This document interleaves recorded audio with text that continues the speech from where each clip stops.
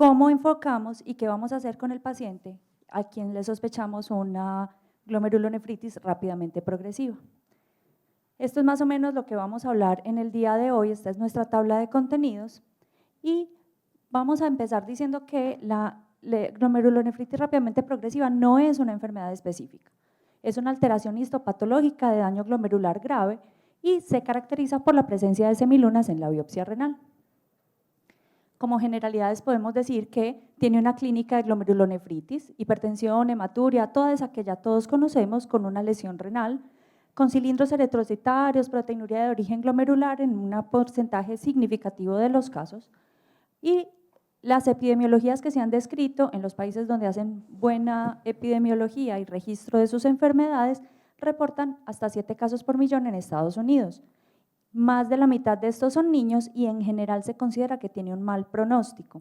Y la etiología, a pesar de ser múltiple, tiene un patrón de daño final común. Entonces no es una enfermedad específica, las manifestaciones histológicas son de daño glomerular grave y también se conoce como glomerulonefritis con semilunas. Los mecanismos de daño entonces consisten en esto. Básicamente hay una acumulación de células en el espacio de Bowman, una ruptura de las células de Bowman, una diferenciación del epitelio visceral y parietal que finalmente lleva a una proliferación de las células epiteliales, llegada de macrófagos a fibrina, y entonces eso es la secuencia que todos conocemos. Semilunas con celulares y posteriormente semilunas fibrocelulares y fibrosas. Esta es la clasificación clásica, la clasificación que es ampliamente descrita en toda la literatura, tipo 1, tipo 2, tipo 3, de acuerdo a esas etiologías y básicamente con respecto a la tipo 1 es la más rara de todas, es la que es la enfermedad antimembrana basal glomerular, se presenta más o menos en el 10% de los casos, el caso típico es el síndrome de Goodpaster, aunque no es el único, pues es como la descripción típica. Y se caracteriza por los depósitos lineales de inmunoglobulinas en la inmunofluorescencia de la biopsia. Pues su etiología es porque hay anticuerpos dirigidos contra el dominio 1 de la cadena alfa 3 del colágeno tipo 4, aunque se ha encontrado que también hay anticuerpos contra el alfa 5, también la cadena 1 del alfa 5 del colágeno tipo 4, y se presenta en enfermedad de Alport rara vez, sobre todo cuando estos pacientes son trasplantados de donantes no relacionados con ellos, de donantes que no son su mamá, pues. Y ocasionalmente podemos tener la presencia de doble reactividad a ANCAS positivos y a antimembrana basal glomerular. La tipo 2 es entre el 15 y el 20% de los casos, es la mediada por complejos inmunes, o así se describe, las causas, todas las que ustedes leen ahí, y se caracteriza por depósitos granulares de inmunoglobulina en la inmunofluorescencia. En este caso, lo que dispara la lesión es la inflamación, es la lesión glomerular que finalmente activa la inmunidad innata. Al activar la inmunidad innata, esta simula un patrón de daño y una respuesta adaptativa que deriva entonces en la producción de las semilunas y el daño que ya todos conocemos histológico. Y la tipo 3, la más frecuente en pediatría, se presenta entre el 60 y el 80% de los casos, es la vasculitis asociada a ANCAS o pues AAV por sus siglas en inglés, y se trata pues de una vasculitis de pequeños vasos limitada al riñón con o sin afectación sistémica. En esta hay ausencia de depósitos inmunes, por eso la conocemos como la glomerulonefritis pauciinmune, ¿cierto? Y en esta hay una proliferación extracapilar difusa, inflamación, y las manifestaciones varían de acuerdo a la enfermedad de base. Con frecuencia hay manifestaciones del tracto respiratorio, superior o inferior, dependiendo de la vasculitis asociada. Hay algunos factores genéticos asociados, algunos marcadores genéticos como el HLA, en la población africana, por ejemplo, se ha descrito el HLA-DRB1 como con mayor frecuencia de ANCAS, también factores como la contaminación ambiental, la exposición al sílice, exposición a estos medicamentos que ustedes ven acá, con frecuencia en adultos ven cuando hay exposición a cocaína adulterada o cortada con levamisol, pues digo en adultos porque realmente a mí no me ha tocado verlo en adolescentes hasta ahora, afortunadamente. Y las infecciones por el Staphylococcus aureus o varios virus. Y dentro de la clasificación, entonces, nuevamente, lo que en este caso sucede es que los ANCAs activan el neutrófilo, llevando a la liberación de estas citoquinas que forman estas trampas de neutrófilos, la afectación del tracto respiratorio y los riñones. En estas, ¿el complemento actúa o no actúa? Hasta hace tiempo se decía que no se creía que hubiese complemento aquí implicado. Sin embargo, hay estudios recientes que nos indican que sí hay participación del complemento en esta enfermedad. Este estudio me pareció un estudio muy bonito, es un estudio de proteómica que mediante espectrometría de masa en las biopsias renales buscaron la presencia de marcadores de complemento. Buscaron C3, buscaron C4 y buscaron ya C5. Encontraron que tenían pequeñas cantidades de C4 en los que eran PR3 positivos y relativamente más cantidades de C3 en los que eran PR3 y MPO. Entonces, este estudio demostró que los componentes de la vía alterna del complemento predominantes en los ANCA negativos podrían indicarnos que sí hay de base una disregulación genética del complemento que expliquen la razón de esta enfermedad o que esté en la base misma de esta condición.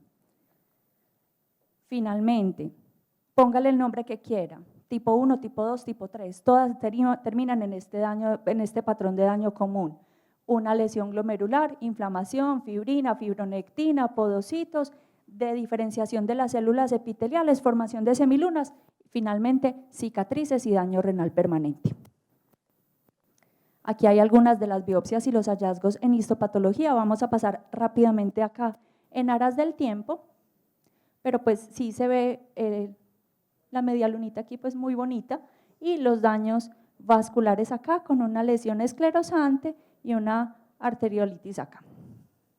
Este es un esquema de clasificación que me pareció interesante porque es un esquema de clasificación que incluye el patrón de daño, ¿cierto? La patogénesis, el diagnóstico inicial, el patrón de daño, la clasificación o score de graduación en el caso de que la etiología la obtenga descrito, como en el caso de la IgA, por ejemplo. Hallazgos adicionales en la biopsia, estudios auxiliares que podrían servir y despejar etiología y finalmente el grado de cronicidad. Y sumando todo esto podremos entonces tener una aproximación general a qué tan grave o cuál puede ser la evolución de ese paciente, no quedarnos solo con una clasificación. El tratamiento entonces es urgente, sí. ¿A quién va a tratar? A todos, a todo el que llegue con esto usted lo va a tratar. ¿Cómo lo va a tratar? ¿Por qué razón? Porque evoluciona en días o semanas y hasta la enfermedad renal crónica. O sea, esto casi que no da tiempo de pensar. Usted tiene que sospecharlo y de acuerdo a eso actuar. El tratamiento sigue siendo en su base esteroides, ciclofosfamida, rituximab, micofenolato. En cuanto a los esteroides, siguen siendo el tratamiento la piedra angular de la terapia. Los esquemas son múltiples, los tratamientos en cuanto a esto, más que por guías, están casi que por consensos de expertos en la mayoría de los casos, si bien hay algunas guías que recomiendan una conducta u otra. En cuanto a entonces usualmente se recomienda el uso de metilprednisolona inicial en dosis de 15 a 30 miligramos por kilo, en esquemas variables de 3 a 6 días.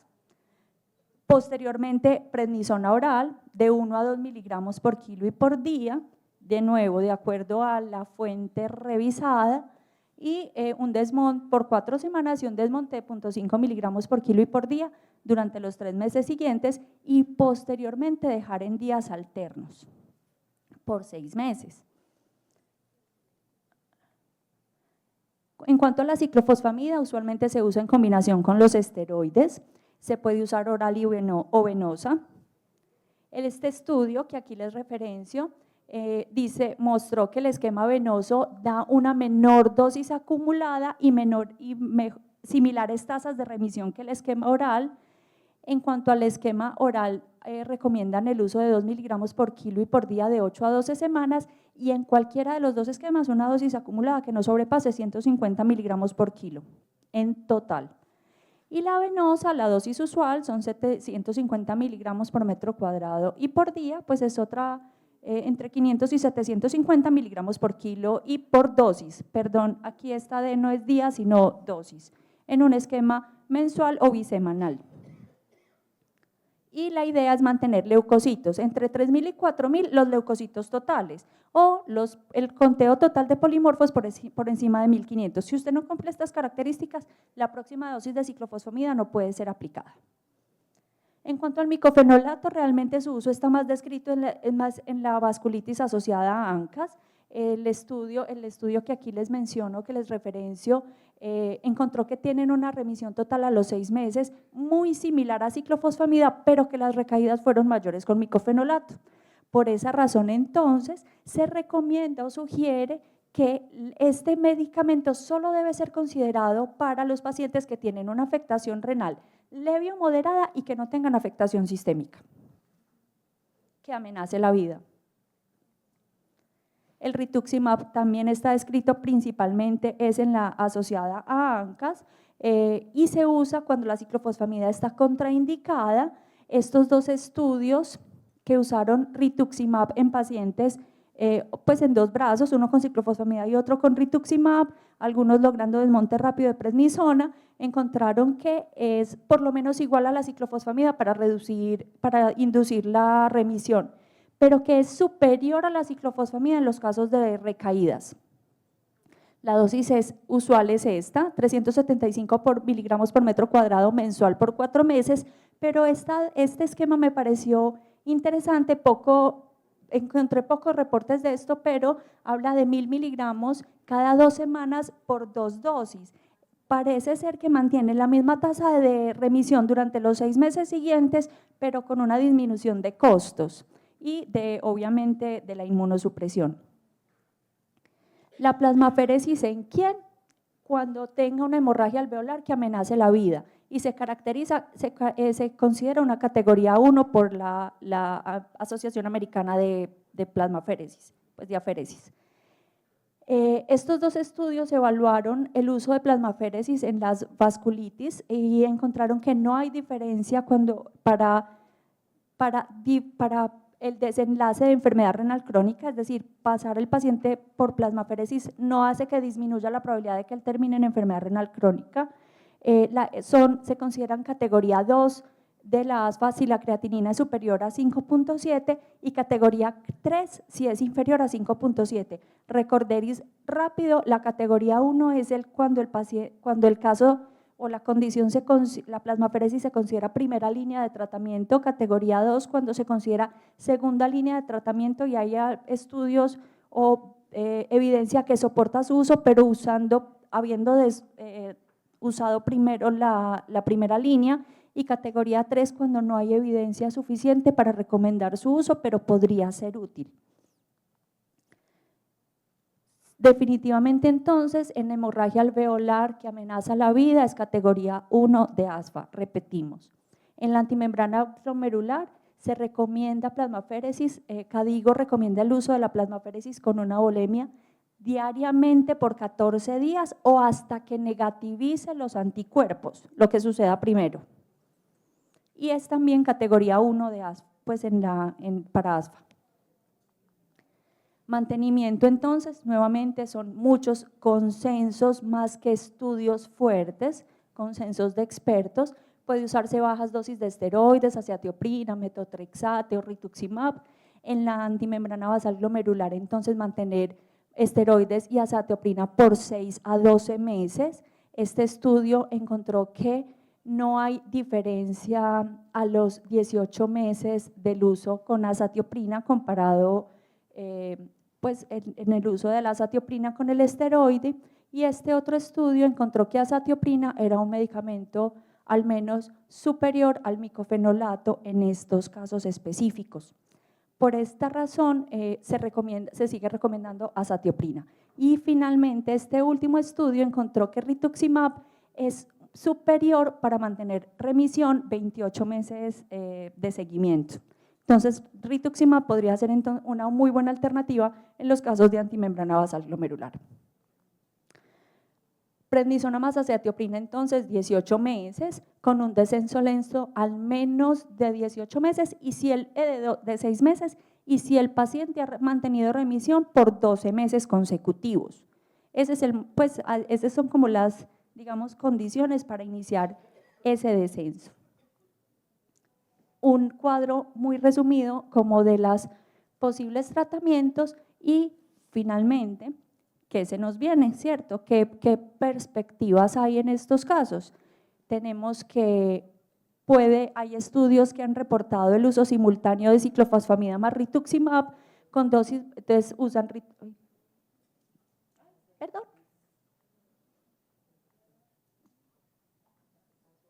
me adelanté. Han usado el uso de ciclofosfamida más rituximab, una rituximab a dosis plenas con dosis bajas de ciclofosfamida y un desmonte muy rápido de esteroides. Encontraron una remisión superior al 80% a los 6 meses, pero preocupante el riesgo de infección. Entonces, pues que los pacientes no se nos mueran de enfermedad renal crónica, pero sí de una infección grave, creo que cambiamos un problema por otro, pero es mi opinión personal. Y como hablamos acerca del posible papel del complemento en la etiología y en la raíz de la asociada a ANCAS, el uso del bloqueador de la vía alterna del complemento puede ser una buena alternativa. Hay entonces un estudio de segunda fase con avacopan, con un bloqueo, que es un bloqueo selectivo de C5, encontró que había tenido una buena respuesta con dosis bajas de prednisona, que no es inferior al grupo con dosis estándar de esteroide, ni que además recibían ciclofosfamida y rituximab. Entonces es por lo menos igual de bueno a la terapia convencional. Y en este momento está en curso el estudio de tercera fase.